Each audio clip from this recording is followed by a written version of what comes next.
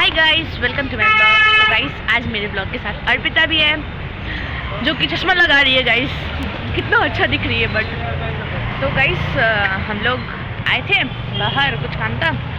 तो काम करने के बाद वी आर गोइंग एंड हम लोग को कोई दिखा, कोई अब कोई में कोई भी हो सकता है। कोई दिखा और उसके बाद क्या? उसके बाद फोन आया। उसके बाद उसके डैडी का फोन आया, वो कॉल पे है। हेलो, फॉर्म भरिसक्यो मम्मीको। उसले फॉर्म भरिसक्यो गाइस। ल अब औषधि लिन जान। ल गाइस अब उसलाई ढुक्क भयो कि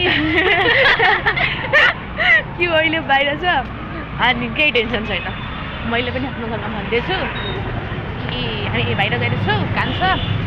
अनि आयो अनि हामी यहाँ छौँ। ल अगाडिको ब्लग कन्टिन्यू गर्दै हामी अगाडि बढिरहेको छौँ। ठिक छ, मेरो आवाजमा नजानु होला गाइस, किनभने अलिकति एटिट्युड देखाएर बोल्नुपर्छ। बोल्नु परिरहेछ। आवाज आउँछ नि, के गर्छ? यो घन्टाघर देखाइदिउँ न, थाहा छ घन्टाघर कस्तो हुन्छ? यो गाइस घन्टाघर हो। ल गाइस यो घन्टाघर हो गाइस, घन्टाघर। यसमा घन्टा हुन्छ कि अनि त्यसैले घन्टाघर हो।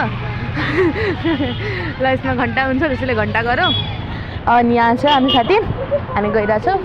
अनि यहाँ उसको कसैलाई कसैको थोप्रा हामीले हेऱ्यो। ल अब नहेर्ने थोप्रा हेरिसक्यो। अनि गेस गाइस हामीले त्यो सब हेरेर, मतलब कसैको थुप्रा हेरेर, अनि यहाँ छ घन्टाघर। अनि हामी अगाडि जान्ला। मेरी सिक्किम